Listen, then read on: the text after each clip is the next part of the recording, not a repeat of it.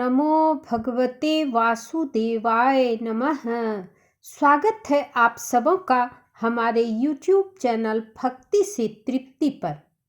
दोस्तों, फाल्गुन मास शुरू हो रहा है। आज से आप सुनेंगे फाल्गुन मास महात्म्य कथा का प्रथम अध्याय। इस बार फाल्गुन मास का महीना 25 फरवरी 2024 से आरंभ होकर 25 मार्च 2024 तक रहेगा। धार्मिक शास्त्रों के अनुसार फाल्गुन मास का बहुत महत्व होता है। इस महीने कई धार्मिक व्रत और त्योहार आते हैं। हिंदू पंचांग के अनुसार फाल्गुन मास साल का अंतिम मास होता है और इस महीने से धीरे धीरे गर्मी का दिन शुरू होने लगते हैं और ठंड कम होने लगता है। फाल्गुन मास में महाशिवरात्रि और होली ये दो सबसे बड़े त्योहार पड़ते हैं जो कि बहुत ही धूमधाम से पूरे देश में मनाए जाते हैं।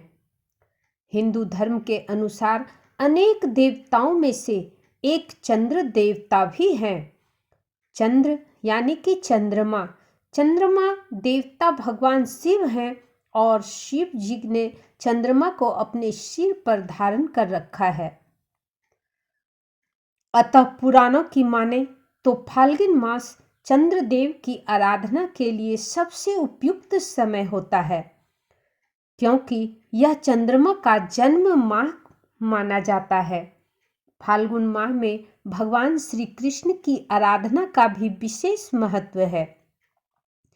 इस माह में विशेषकर भगवान श्री कृष्ण के 3 स्वरूपों की पूजा करना बहुत ही लाभदायी माना जाता है।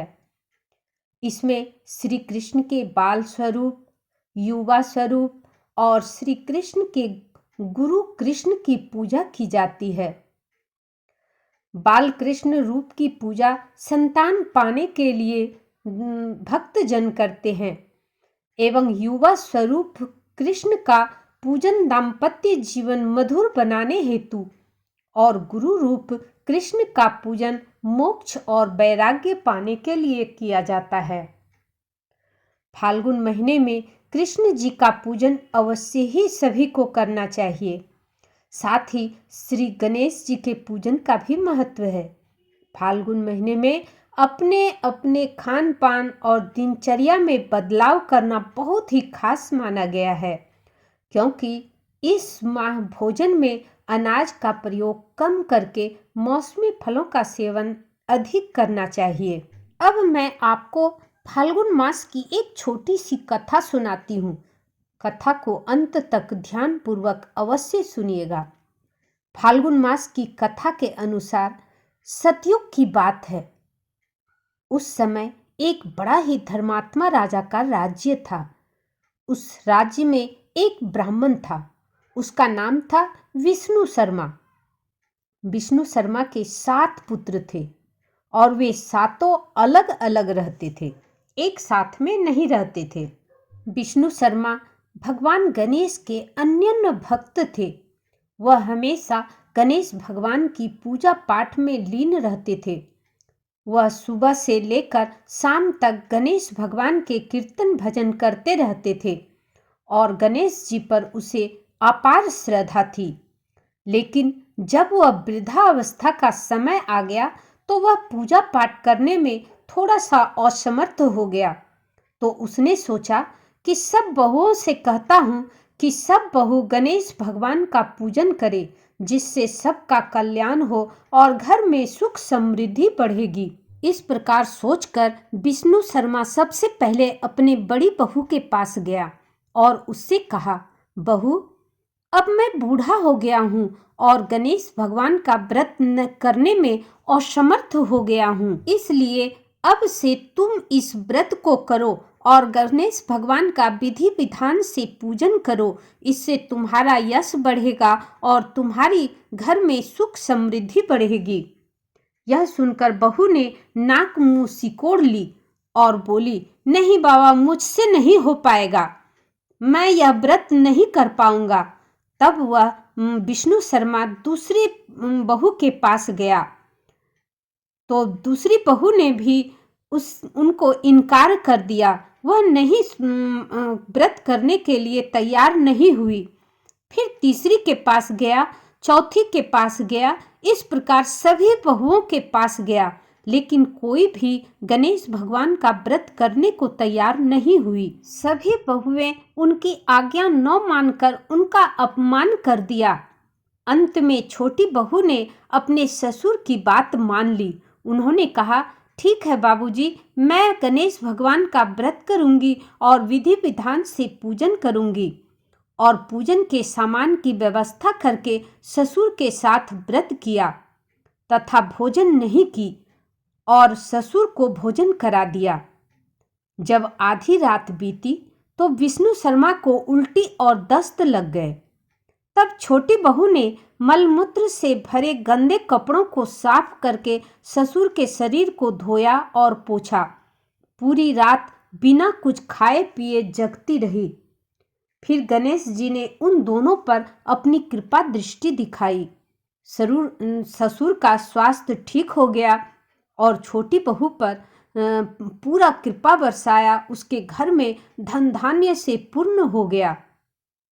जब सभी बहुओं ने इन घटना को देखा तब सभी बहू की आंखें खुल गई और सभी बहुओं को इससे यह प्रेरणा मिली, इस घटना से प्रेरणा मिली और उन्होंने भी श्री गणेश जी का व्रत किया और विधि विधान से पूजन किया। अतः फाल्गुन मास में जो भी व्यक्ति सच्चे मन से गणेश जी का व्रत करता है, गणेश भगवान उसकी सभी मनोकामना को पूर्ण कर देते हैं। अब मैं फाल्गुन मास महात्म्य कथा के प्रथम अध्याय में शिव पुराण की कथा सुनाती हूँ। कथा को अंत तक जरूर सुनिएगा और चैनल पर नए हैं तो चैनल को सब्सक्राइब कर लीजिएगा। एक बार नारद जी ने ब्रह्मा जी से पूछा, हे ब्रह्मा जी, पिता के यज्ञ में अपने शरीर का परित्याग करके दक्ष कन्या जगदम्बिका देवी सती किस प्रकार गिरिराज हिमालय की पुत्री बन गई, किस तरह अत्यंत उग्र तपस्या करके उन्होंने पुनः शिव को अपने पति के रूप में प्राप्त किया, यह मेरा प्रश्न है। आप इस पर भली भांति और विशेष रूप से प्रकाश डालिए।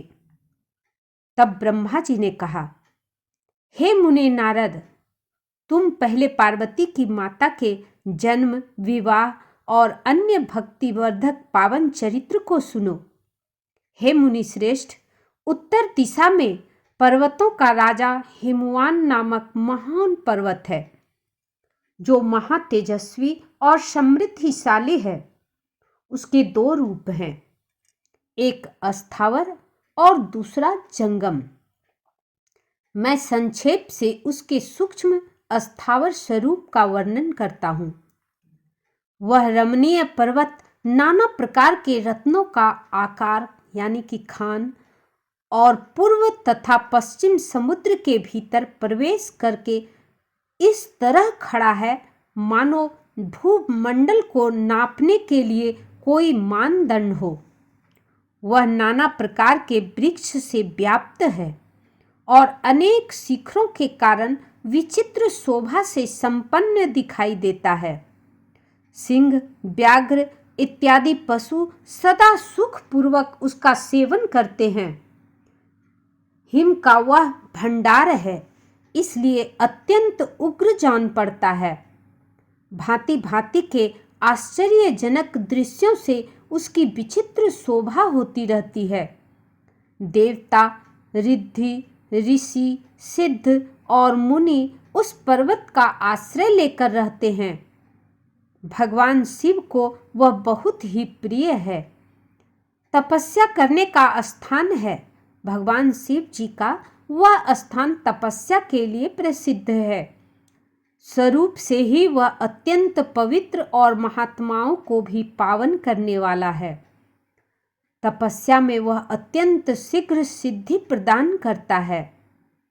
अनेक प्रकार के धातुओं की खान और शुभ है। वही दिव्य शरीर धारण करके सर्वांग सुंदर रमणीय देवता के रूप में भी स्थित है। भगवान विष्णु का अविकृत अंश है, इसलिए वह शैलराज साधु संतों को अधिक प्रिय है। एक समय गिरिवर हिमवानु ने अपनी कुल परंपरा की स्थिति और धर्म की वृद्धि के लिए देवताओं तथा पितरों का हित करने की अभिलाषा से अपना विवाह करने की इच्छा की। हे मुनीश्वर, उस अवसर पर संपूर्ण देवता अपने स्वार्थ का विचार करके दिव्य पितरों के पास आकर उनसे प्रसन्नता पूर्वक बोले, हे पितरों, आप सब लोग प्रसन्न चित्त होकर हमारी बात सुने, और यदि देवताओं का कार्य सिद्ध करना आपको भी अभिष्ट हो तो शीघ्र वैसा ही करें। आपकी ज्येष्ठ पुत्री जो मैना नाम से प्रसिद्ध है, वह मंगल रूपिणी है। उसका विवाह आप लोग अत्यंत प्रसन्नता पूर्वक हिमवान पर्वत से कर दें। ऐसा करने पर आप सब लोगों का सर्वथा लाभ होगा और देवताओं के दुखों का निवारण भी पग पग पर होता रहेगा। देवताओं की यह बात सुनकर पितरों ने परस्पर विचार करके स्वीकृति दे दी और अपनी पुत्री मैना को विधि पूर्वक हिमालय के हाथ में दे दिया। उस पर मंगलमय विवाह में बड़ा उत्सव मनाया गया। हे मुनीश्वर नारद, मैना के साथ विवाह हिमालय के शुभ विवाह का यह सुखद प्रसंग मैंने तुमसे प्रसन्नता पूर्वक कहा है। अब और क्या सुनना चाहते हो? इस प्रकार फाल्गुन मास महात्म्य कथा का प्रथम अध्याय पूर्ण हुआ। तो प्रेम से बोलिए हर हर महादेव।